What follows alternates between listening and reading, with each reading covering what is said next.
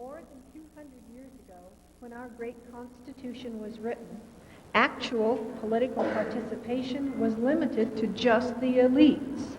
Voting was restricted by barriers of race, religion, property, and gender. Down through the years, one by one, these barriers have been eliminated by the struggles of very heroic people. Melinda Strobel has undertaken a thorough study of Susan B. Anthony, one of the heroes in this struggle for a broader, more inclusive democracy.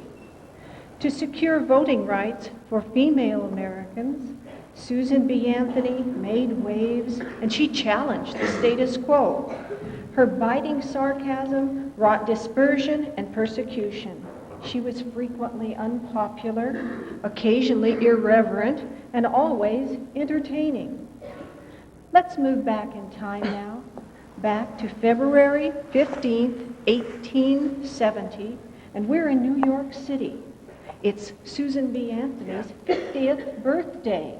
We've been invited to join her friends to celebrate her birthday, to honor her, and to ask questions of her. Here she comes now, our guest of honor, Susan B. Anthony. Great.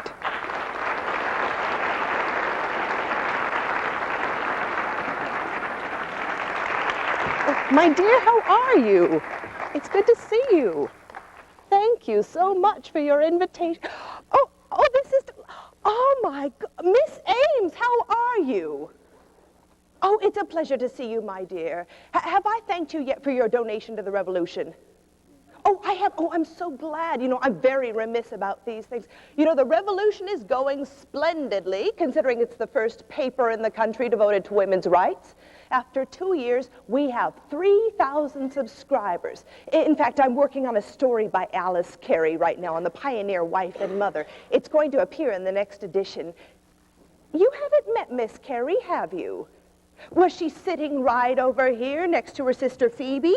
Miss Sarah Fisher Ames, Miss Alice Carey. Miss Carey, Miss Ames. I'll leave you two to get acquainted. I must see to my other guests.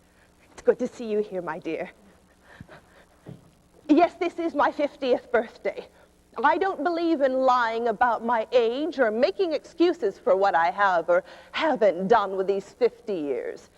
The papers, no doubt, will say something ridiculous about the good dying young, or wearing my age well, or some such nonsense, like I look so well preserved that all the bachelors in creation ought to be chasing after me, and I really should stop bothering all men and bother just one. Mr. Hooker, how are you? It's good to see you. We're so glad you're here with us. Don't you have any birthday wishes for me? No? Thank you, thank you. You know, the way all of you are staring at me, I almost feel like I'm on a stage. That is one foray I don't believe I could make. Although on several occasions I have been to the theater, despite my Quaker training, I find I enjoy all these worldly amusements immensely. Miss Randall, how are you? Yes, Miss Randall. She's not saying a word. We are glad you're here. How was your trip west?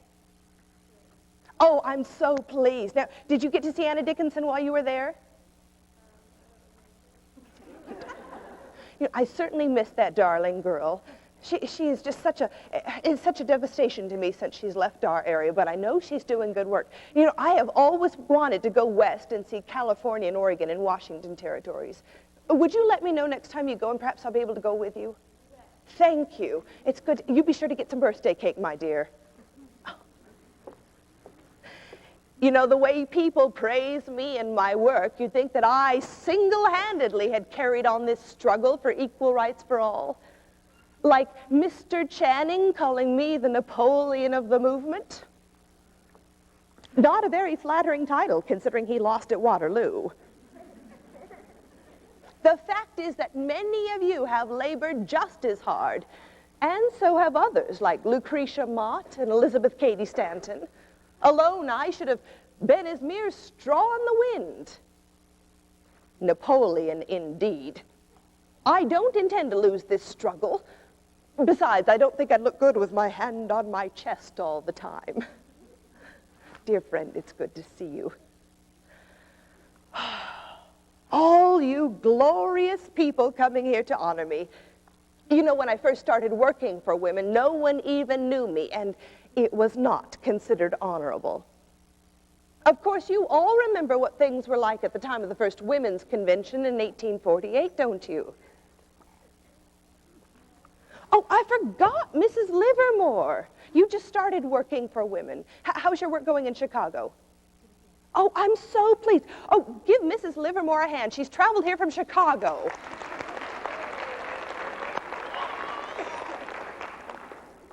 You know, I wonder if it would help you if I were to tell you some of our early struggles in New York, so you'd have an idea about what you're facing. All right, I will. Now, any of the rest of you, feel free to jump right in here. Let's see where to start. 20 years ago, in 1850, women in the United States were without a recognized individuality in any department of life. There was no provision made for our education. We were kept closely at home, carding, spinning, weaving, sewing, mending, making butter and cheese, working by day and night, planning and economizing to educate the boys of the family. Our services belonged to our fathers by law and custom. Any kind of career for a woman was a thing undreamed of. When we married, our services were transferred to our husbands, and we were considered bountifully rewarded with food, shelter, and a few clothes. Any kind of career for a woman was just unthinkable. Any wages that she earned outside the home belonged by law to her husband. Any property she inherited from her father was surrendered to her husband when she married, as well as custody of her children and her own person. We could neither sue, nor be sued, nor testify in court. The phrase in constant use in legal decisions was, "The wife is dead in the law," or "The husband and wife are one, and that one the husband." Now, you would think under such conditions, women would be glad for some legal protection and a chance to make their voices heard by voting. One spring, several of us canvassed the state of New York with a petition asking that women be entitled to the wages that they earned, to equal guardianship of their children, and to suffrage. Many women slammed their doors in our faces, saying they had all the rights they wanted.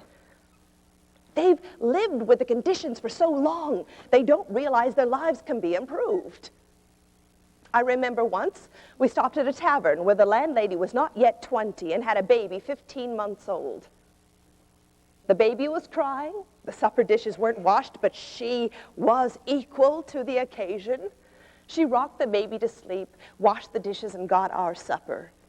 Beautiful white bread, butter, cheese, pickles, apple and mince pie, excellent peach preserves.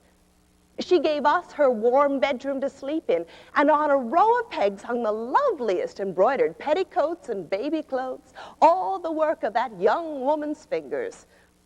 She prepared a 6 o'clock breakfast for us, fried pork, mashed potatoes, mince pie, and for me, at my especial request, a delicious plate of baked sweet apples and a pitcher of rich milk.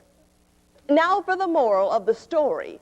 When we came to pay our bill, the dolt of a husband took the money and put it in his own pocket. He had not lifted a hand to lighten that woman's burdens, but had sat the entire time in the bar room, talking with the men, not even caring for the baby. And yet the law gives him the right to every dollar she earns. And when she wants 2 cents to buy a darning needle, she has to tell him and explain what she wants it for. Now, some men support us. Dear Mr. Channing, Mr. Hooker, Mr. Train, how are you? I'm glad to see they finally let you out of jail. We are glad you're here with us, my friend. These men believe America will not be a true republic until the rights of every citizen are guaranteed. In fact, I just met one such man, John Root, Lieutenant Governor of Kansas. He was most helpful during our recent campaign. In fact, he sent me a letter for my birthday. I must share it with you. It's here somewhere.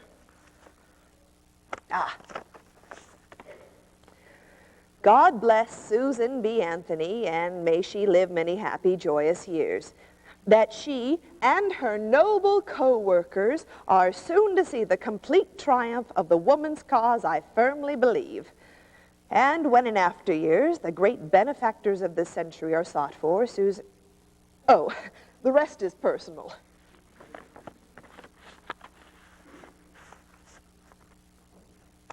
Well, here's a letter from Matilda Jocelyn Gage.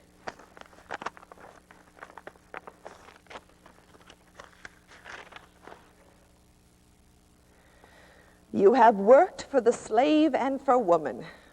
Your 50 years shine about you and rest like a halo of glory around your head. 50 years today. They all seem surprised I made it this far. When that half century again rolls around, you and I will be in our graves, and our names and work will stand back of us to all time.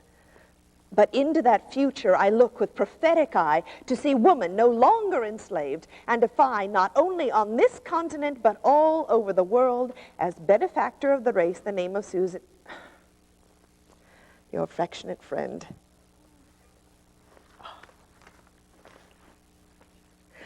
You know, many support us now. A few even fight over the honor of hosting us. But reform work has never been easy. I have great scorn for those who wish the good old days would return. One lecture season under the conditions which existed 20 years ago would cure any longing for them one might have. What one might consider the necessities of life, bathrooms with plenty of hot water, toilet rooms, steam-heated houses, comparatively unknown. Not to mention the wretched cooking. Oh, the crimes that are committed in the kitchens of this land.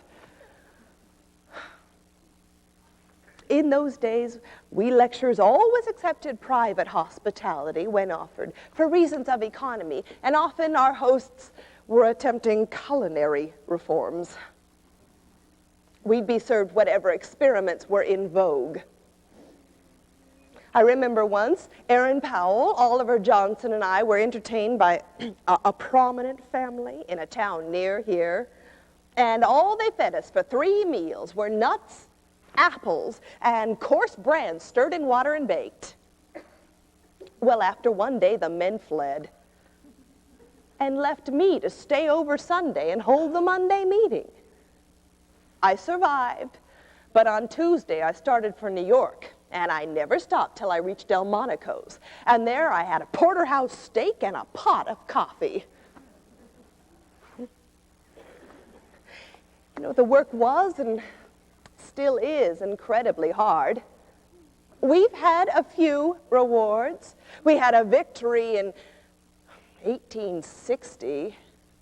Mrs. Stanton presented a speech before the joint session of the legislature in Albany, pleading for the repeal of unjust laws relating to women. The Senate passed this law in February to our very great joy. But while we were devoting our energies to the work of the war, the New York legislature in April 1862 quietly amended the law and took away most of the rights they voted for in 1860. I knew a few weeks before that abominable thing was on the calendar, with some 600 or 800 bills ahead of it, and hence felt sure it would not come up that winter. In the meantime, we should sound the alarm. Well, while the old guard sleep, the young devils are wide awake. And we deserve to suffer for our confidence in man's sense of justice. But nothing short of this would rouse our people to action again. All alike were suddenly grown politic. They all said, have no conventions at this crisis. Wait until the war excitement abates. which is to say, ask our opponents whether they think we ought to speak or remain silent. I was sick at heart, but I could not carry the world against the wish and will of our best friends. 20,000 petitions rolled up for that. A hard year's work. The law secured. The echoes of our words of gratitude in the Capitol scarcely died away. And with one vote, all was lost. Lecture tours, Mrs. Livermore. In New York winters, incredibly difficult. Cold and snowy. Many towns could only be reached by sleigh. I was often lodged in rooms without fireplaces because I was a woman traveling alone. And in the morning, I'd have to break the ice in the pitcher. Oh, they surely were times that tried women's souls. The snows fell. The winds blew. The railroad cars failed to come and go at their appointed hours. And many times we saw our train pull out while we were stuck in a snowdrift, 10 or 12 feet deep. Despite all this, people drove 8 and 10 miles to our meetings. Once at Olean, not a church or a schoolhouse could be obtained for the lecture, and it would have had to have been abandoned had not the landlord given use of his drawing room. At Angelica, crowded house. The courtroom was carpeted with sawdust. A young Methodist minister gave his name for the petition, but a wealthy parishioner said he should leave the church unless it were withdrawn. At Corning, none of the ministers would give notice of the meeting, which so incensed some of the men that they went down to the printing office, struck off the handbills, and had boys standing at the doors of the church as the people left. Now, who was responsible for breaking the Sabbath? I once took tea at Mrs. Holbrook's with the Reverend Thomas K. Beecher. His theology, as set forth that night, was a dark and hopeless one. He sees no help for the progress of the human race, does not believe education even will improve the species. I find great apathy wherever the clergy are opposed to the advancement of women.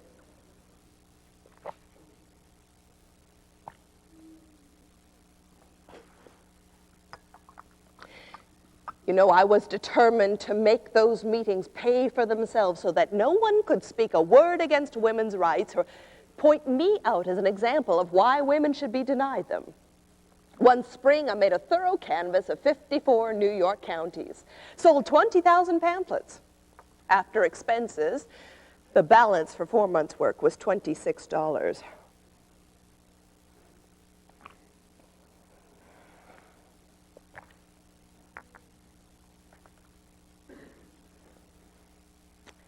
You know, I get so tired of this constant struggle.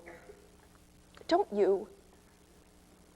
Pleading annually with Congress for our equal rights under the Constitution. I long for the day when I'll be able to lay aside my petitions and vote like any male, black or white. You know, some of our reformers are arguing we already have the right to vote under the 14th Amendment, which states that every person in the United States is a citizen, and the 15th Amendment, which gives to every citizen the right to vote. You know, I think I'll just test this. At the next general election, I'm going to walk into a polling place and cast my ballot. You just see if I don't. Anna, darling, how are you? Mrs. Phelps! Oh, you certainly are a saint, providing this building to house the Revolution and the Women's Bureau, and now this party. Thank you both so much. Oh, give them a hand for our party here. Anna, you remember the bloomer costume, don't you? Oh, that's right. You and Charlotte Wilbur adopted it too. You know, I could only hold out a year in that short skirt and Turkish trousers. It was so much more comfortable than corsets and petticoats and voluminous skirts. I felt the need of some such garments because I was obliged to be out every day in all kinds of weather. And because I'd seen women ruined in health from their corseting and the weight of their clothing, I hoped to help establish a principle of rational dress for women. I found it a physical comfort, but a mental crucifixion. It was intellectual slavery. The attention of my audience was fixed upon my clothes instead of my works. I learned then that to be successful, a person must attempt but one reform. By urging two, both are injured, as the average mind can grasp and assimilate but one idea at a time. Good to see you, Anna. Thank you again. Of course, there were enough new ideas associated with women's rights alone to confuse the weak-minded. Those of us lecturing for women were the only ones I ever saw who got out when the train stopped and walked up and down the platform for air and exercise. And many were the disapproving looks we received from both men and women for so doing. For 10 years, it was the same routine. Spring and summers were given up to anti-slavery meetings, women's rights meetings, trips home to harvest peaches, canning, pickling, preserving, sewing, mending, weaving carpet, and 1,000 other things. Winters were given up solely to anti-slavery meetings, and we were mobbed from town to town. I remember one anti-slavery meeting which was unusual. Once in Albany, Mayor George H. Thatcher defended our right to speak. On the day of the convention, he met us and accompanied us to the hall. It was packed to the doors. Then he walked up on the platform and announced that he placed policemen in various parts of the hall in citizens' clothes, and whoever made the least disturbance would be at once arrested. Then he took a revolver and he placed it across his knees, and there he sat during the morning, afternoon, and evening lecture.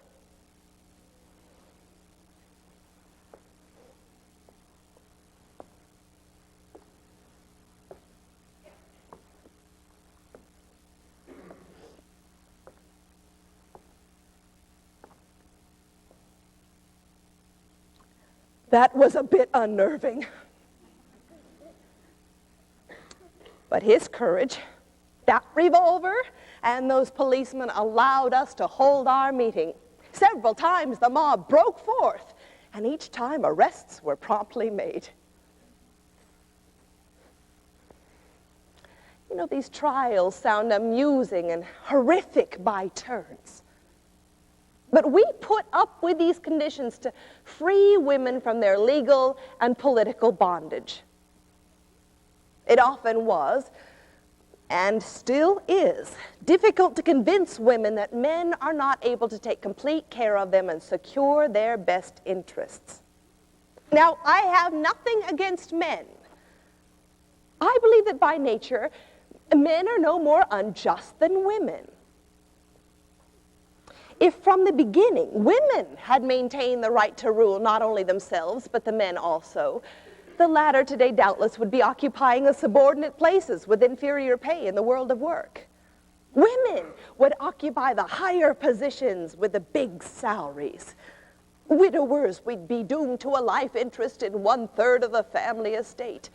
Husbands would owe service to their wives, so that every man would be begging his good wife, please be so good as to give me 10 cents for a cigar.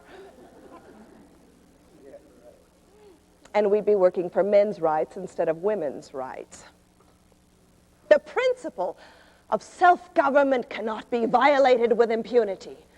The individual's right to it is sacred, regardless of class, caste, race, color, sex, or any other accident or incident of birth. Governments cannot afford to ignore the rights of those holding the ballot, who make and unmake every law and lawmaker.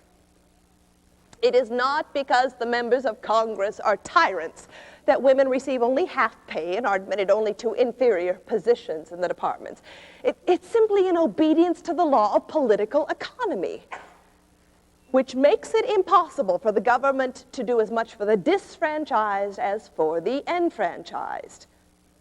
Disfranchisement means the inability to make, shape, or control one's circumstances. Women are no exception to this general rule, just as disfranchisement has always degraded men socially, morally, and industrially, so today it is disfranchisement that degrades women in the same spheres. Why, even in small matters, women aren't treated equally. I remember once I was staying with a cousin who was due to have a baby. Her husband remarked that he had a headache. My cousin said that she had had one for weeks. "Oh, no," says the husband, "mine is the real headache, genuine pain." Yours is sort of a natural consequence. I knew what had caused her headache.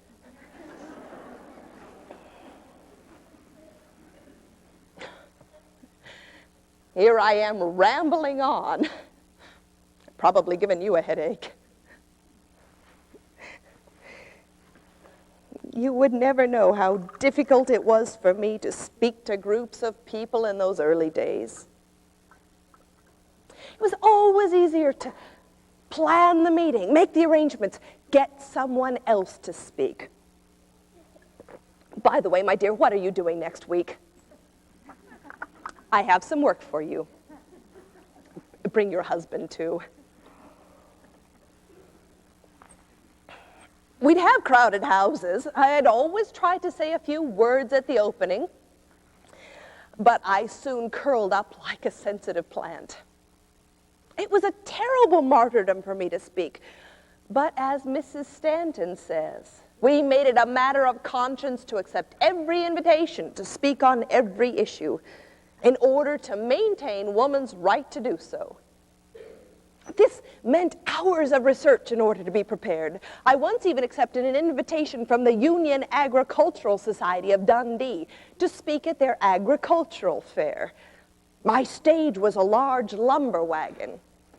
James G. Clark held an umbrella over my head to keep off the rain. There were more than 2,000 feet planted in the mud, and I had a grand listening to the very end.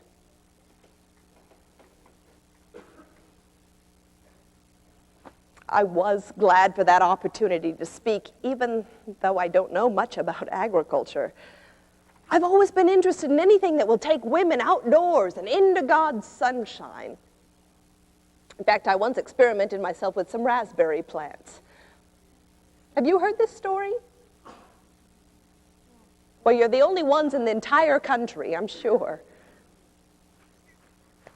Because of my meetings and petitions, I didn't have time to care for the plants properly. Somehow, word about what I was doing got out to the press. Mr. Greeley has never confessed.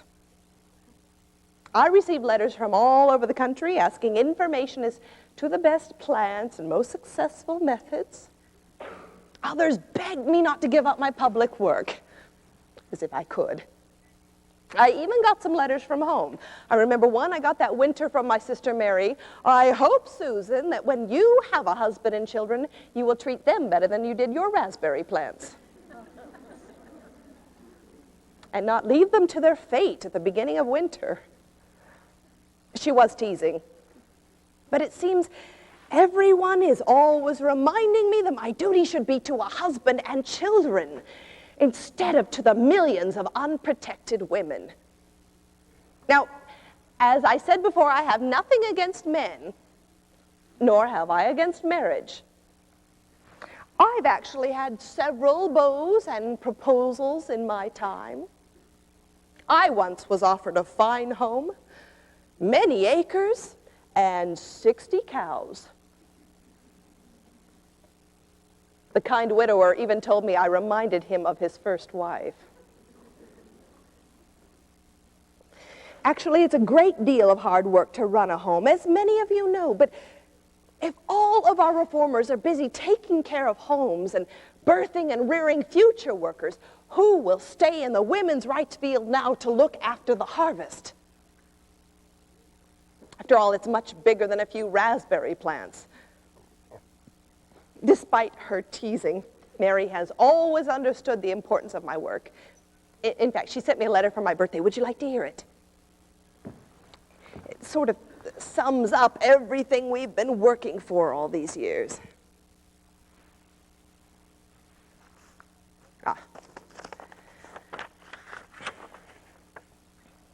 Accept the enclosed check, not as a present merely, but as a debt, honestly due for services rendered. Had there been no agitation for the last 20 years, resulting in so complete a revolution, we teachers might still be working for $1 per week and boarding round. But thanks to your unfailing persistency and the faithfulness of your co-workers in speaking for a class, the majority of whom dare not speak for themselves through fear of losing the little already gained, the salaries of all working women have been largely increased.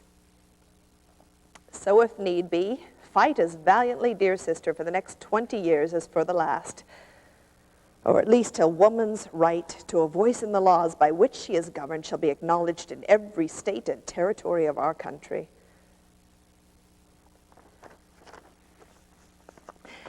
You know, because of my 15 years teaching experience, I've always been interested in the condition of women teachers. I attended my first state teachers convention many years ago in Rochester. There were over 500 delegates enrolled as members of that convention, of whom 300 were women. And yet men alone occupied all the offices of the convention. On the third day, which was the last, the president, standing in a very dignified position, meant to enforce every word he uttered, said, "I have been asked why no provision has been made for female lecturers before this association and why women are not appointed on committees.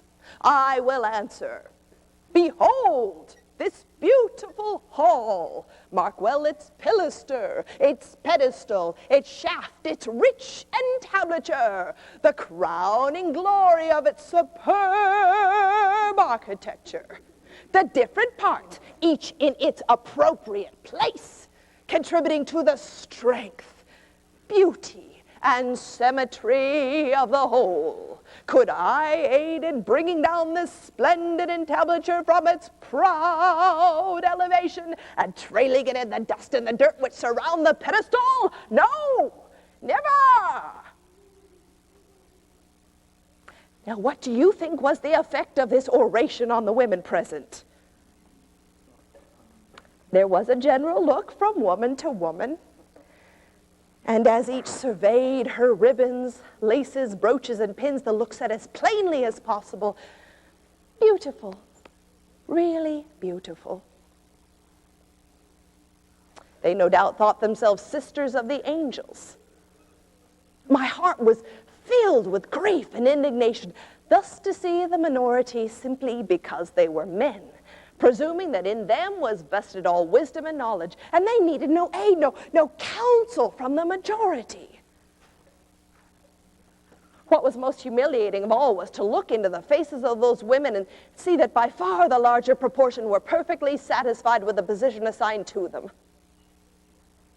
Now, during that convention, the great burden on the souls of those men was the need to elevate teaching to a level with the professions of the clerical, medical, and legal. They complained at length about their poor salaries, which made their profession a stepping stone to the others. Finally, a woman stood up. And after a 30-minute debate, the men allowed her to speak.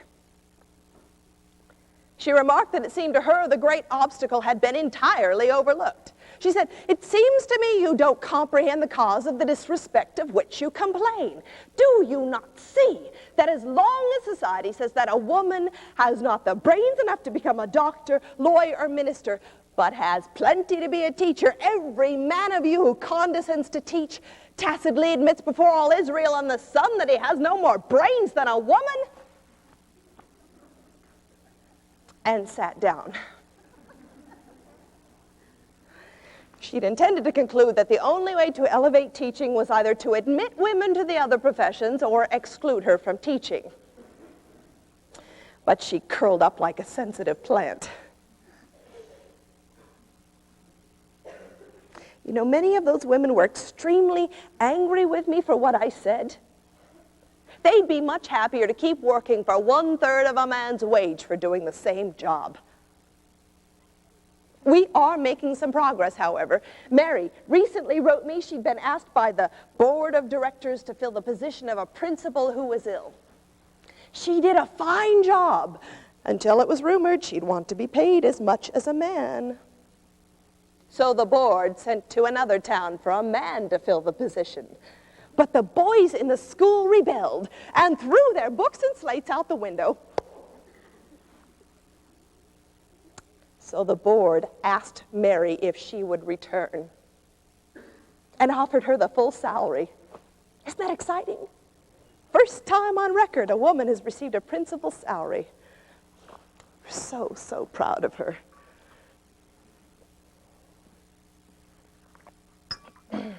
Here's a letter from Mrs. Tilton. At least it's not from her husband.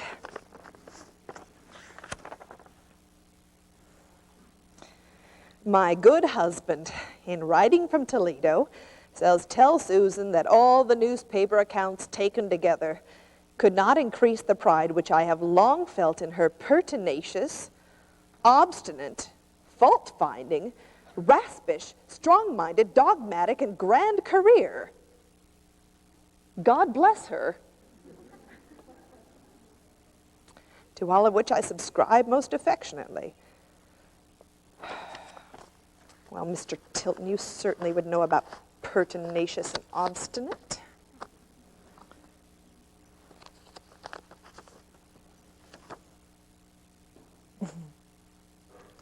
If your Bible says you are 50, I will try to be as reverential as possible when next we meet.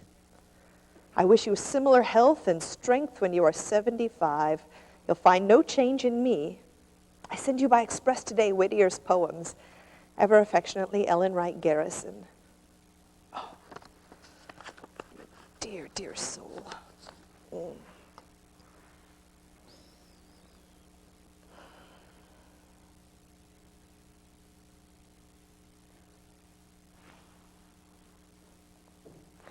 Do you want to know what one of the most ridiculous laws opposing women is? That a woman cannot testify in matters of joint interest between herself and her husband. A good farmer's wife in Illinois, who had all the rights she wanted, had made for herself a set of false teeth. The dentist pronounced them an admirable fit. Wife declared it gave her fits to wear them. The dentist sued the husband for the bill. His counsel brought the wife as a witness. The judge ruled her off the stand, saying a woman cannot testify in matters of joint interest between herself and her husband. Think of it. The false teeth in her mouth were a joint interest with her husband, about which she was legally incompetent to speak. In nearly every state, if a woman is injured by accident, it is her husband who must sue, and it is to him damages will be awarded. Recently in Massachusetts, a woman was severely injured by a defective sidewalk. The husband sued the company and recovered $13,000 damages, which belonged to him absolutely. And if ever the wife wants even $1 of that money, she must ask her husband for it. And if he be of niggardly nature, she will hear him say every time, why, what did you do with the 25 cents I gave you yesterday? Now, isn't such a position humiliating enough to be called servitude? Mr. Horace Greeley once said to me before a large crowd, Miss Anthony, you know the ballot and the bullet go together. If you vote, are you ready to fight? And I said, yes, Mr. Greeley, just as you fought in the late war. At the point of a goose quill. He deserved that. After supporting women's rights for all those years, he and several other men sacrificed the enfranchisement of their own wives and daughters to enfranchise black males. He printed in the New York Tribune talk of a true woman needing the ballot as an accessory of power when she holds the world with a glance of her eye. Sure panacea for such ills is a wickerwork cradle and a dimple-cheeked baby. We worked for over 30 years to support the Republicans and get them on the ballot, and for 10 years to free the blacks and gain their enfranchisement, and this was our thanks, to be cast aside when it was politically expedient. 15th Amendment was passed with the word male branded all over it. I was furious. I mean, if you're not going to extend the whole loaf of justice to the entire people, if you're going to give out suffrage piece by piece, then give it first to women, to the most educated and capable of them at least. I remember a discussion with Tilton and Phillips on this very issue when we were about to carry our petitions to the New York Constitutional Convention.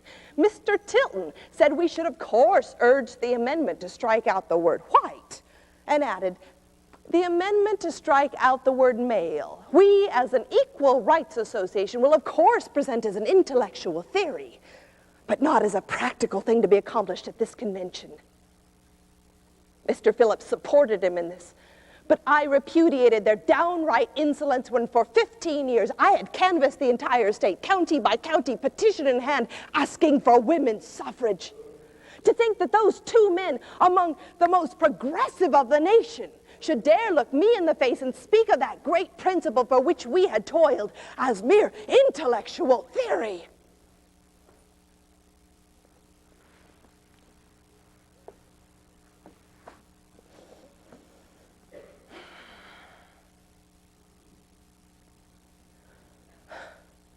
I wonder why it is I must forever feel compelled to take the rough things of this world. Why can't I excuse myself from the overpowering and disagreeable struggles? I cannot tell, but at times like that, my heart fails me.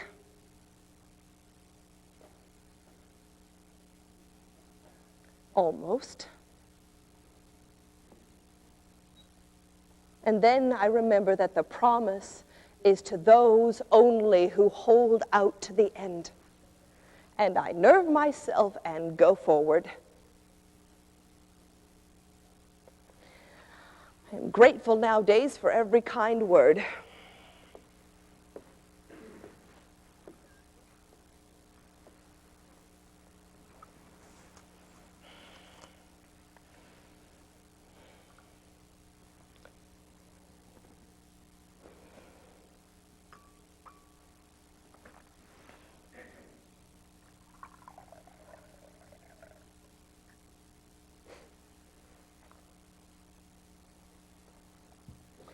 It was not because the 3-penny tax on tea was so exorbitant that our revolutionary fathers fought and died, but to establish the principle that taxation without representation is unjust. It's the same with this women's revolution. Though every law were as just to woman as to man, the principle that one class may usurp the power to legislate for another class is unjust. And all those who continue in the struggle for love of principle must still fight on until the establishment of that grand and immutable truth: all government derive their just powers from the consent of the governed.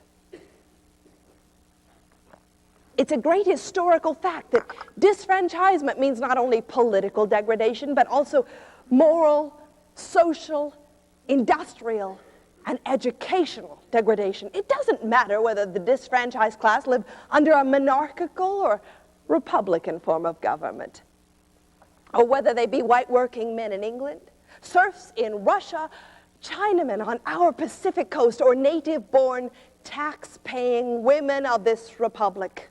Wherever on the face of the globe or the page of history you show me a disfranchised class, I will show you a degraded class of labor.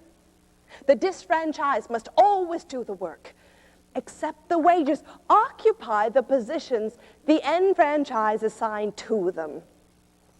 They cannot choose.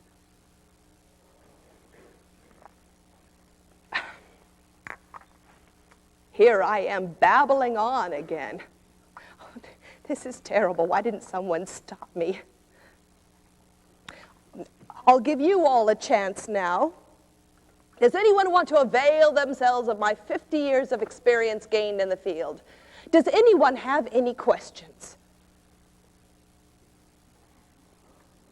I know you all want to get to that birthday cake, don't you? Yes. How did I support myself? Yes, I do, occasionally.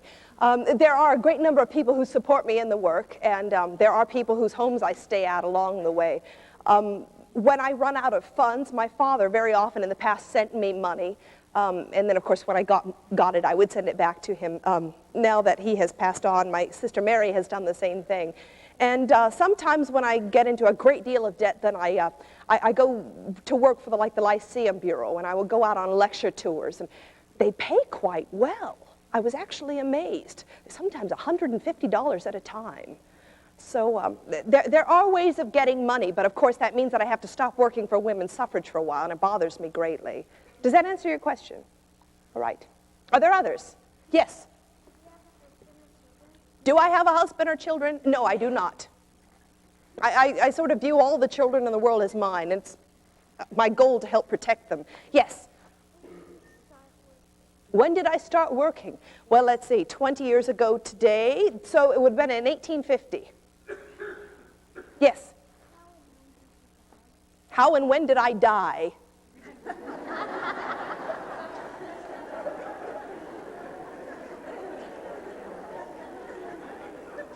Well, I hope that I live to at least 86.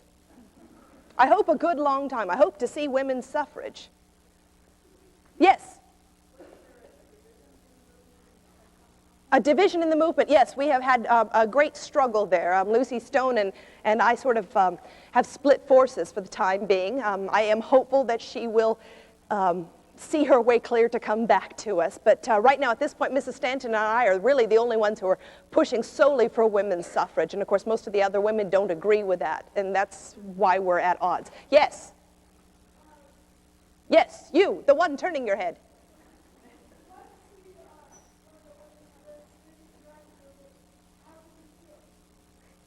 Say that again, please.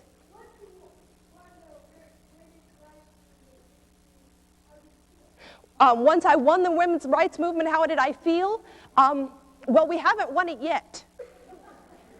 I am still working, and I will probably continue to work until that happens. I would feel greatly relieved. It would be nice to retire. Wouldn't that be wonderful? But sometime soon, yes.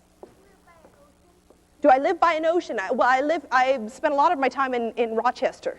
That's where my home is. But I have seen a number of oceans as I travel. In fact, I'm hoping to go out to the West Coast next year. Yes?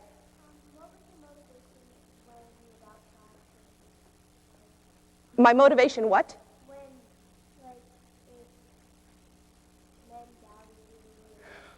Oh, what kept me going when men doubted me and other people?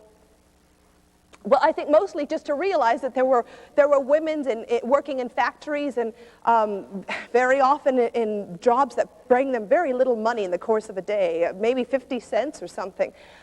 Those women needed some protection and continue to need protection, and therefore I am out. It cannot be stopped. It just cannot be stopped, no matter what people say. Yes?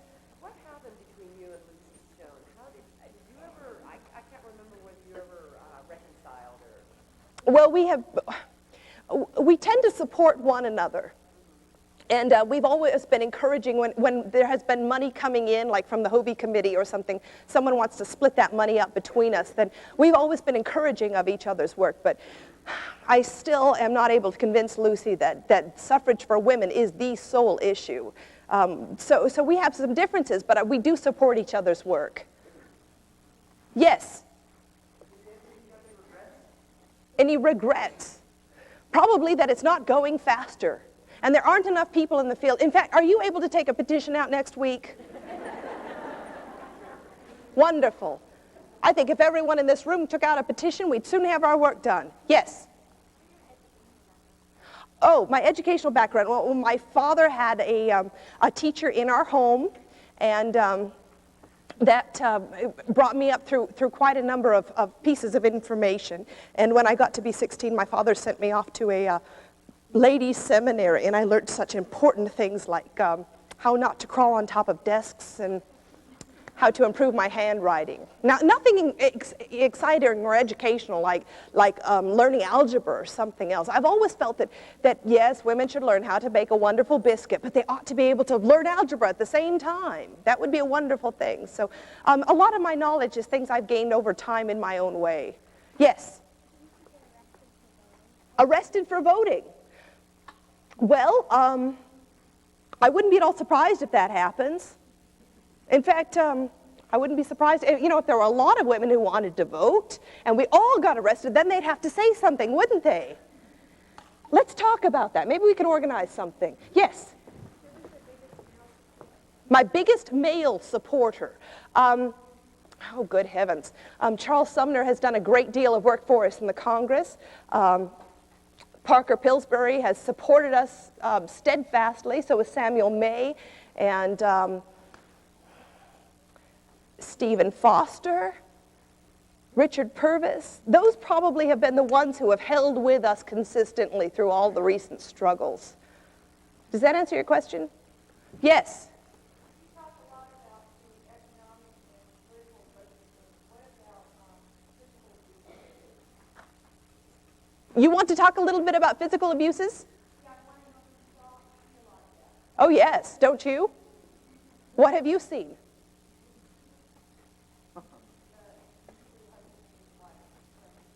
Yes. Now, occasionally I have heard reports about a wife abusing or beating up a husband. It seems to be less common. But yes, it is something that we work very diligently on.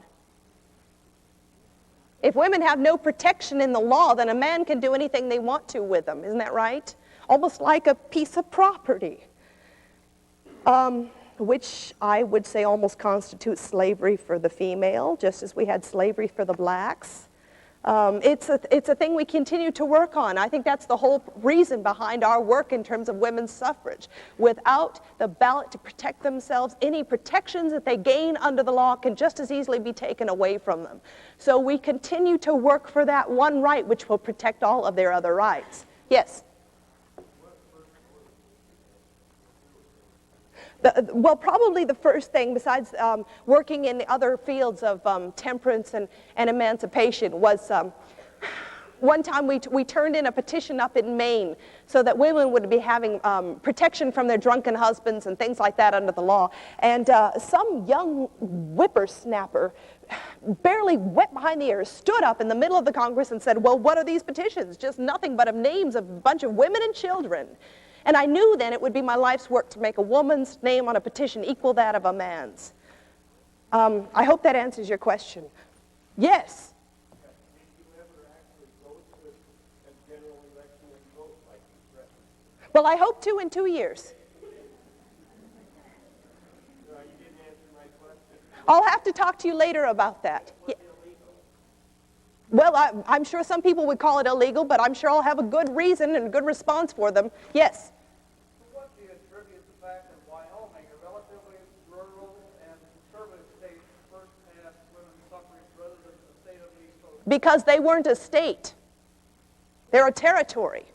And as we're seeing in most of those Western territories, all of the groups out there desperately need everyone to help form their government. If you want to be the party in power, you've got to enfranchise everybody to help support you and help carry the way so that you can control the government.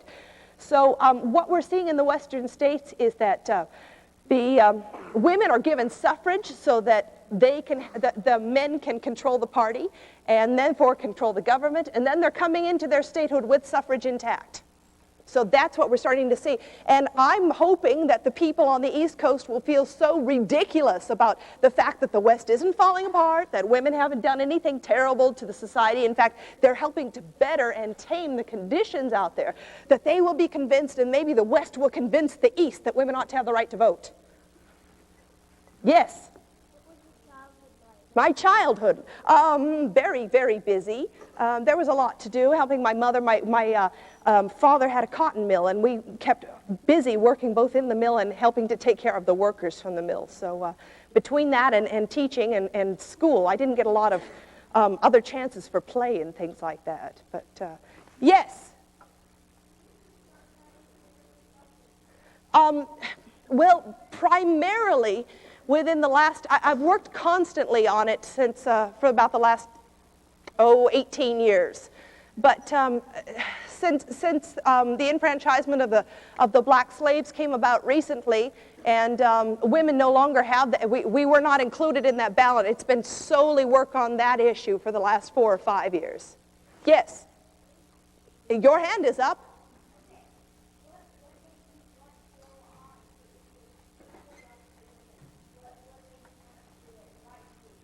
Why me? Because no one else is doing it. It's a work that has to be done, and if no one else does it, you stand up and do it. I know that is a very short answer to your question. We do need to talk later about that. I want to, before you go, I want to give you some words of encouragement for those of you who are still working for reform. I would exhort all people to be discontent with their present condition, and to assert their individuality of thought, word, and action by the energetic doing of noble deeds. Idle wishes, vain repinings, loud-sounding declamations can never bring freedom to any human soul. What we need most is a true appreciation of our personhood, a self-respect that shall scorn to eat the bread of dependence. Whoever consents to live by the sweat of the brow of another human being inevitably humiliates and degrades themselves. We must take to our soul a purpose and then make circumstances conform to that purpose, instead of forever singing the refrain, if, and if. Careful, cautious people always casting about to preserve their reputation and social standing can never bring about reform. Those who are really in earnest must be willing to be anything or nothing in the world's estimation, and publicly and privately, in season and out, avow their sympathies with despised and persecuted ideas and their advocates, and bear the consequences. Until woman has received that right, protective of all other rights, the ballot, this agitation must still go on, absorbing the time and energies of our best and strongest women. Who can measure the advantages that result of the magnificent abilities of you women could be devoted to the needs of government, society, home, instead of being consumed in that struggle to obtain our birthright of individual freedom? Until this be gained, we cannot know. We cannot even prophesy the capacity and power of woman for the uplifting of humanity. It may take longer than we think. It may be here sooner than we expect, but the time will come when man will recognize woman as his peer, not only in the fireside, but in the councils of this nation, walking the corridors of power. Then, and not until then, will there be perfect comradeship, the ideal union between the sexes that shall result in the highest development of the race.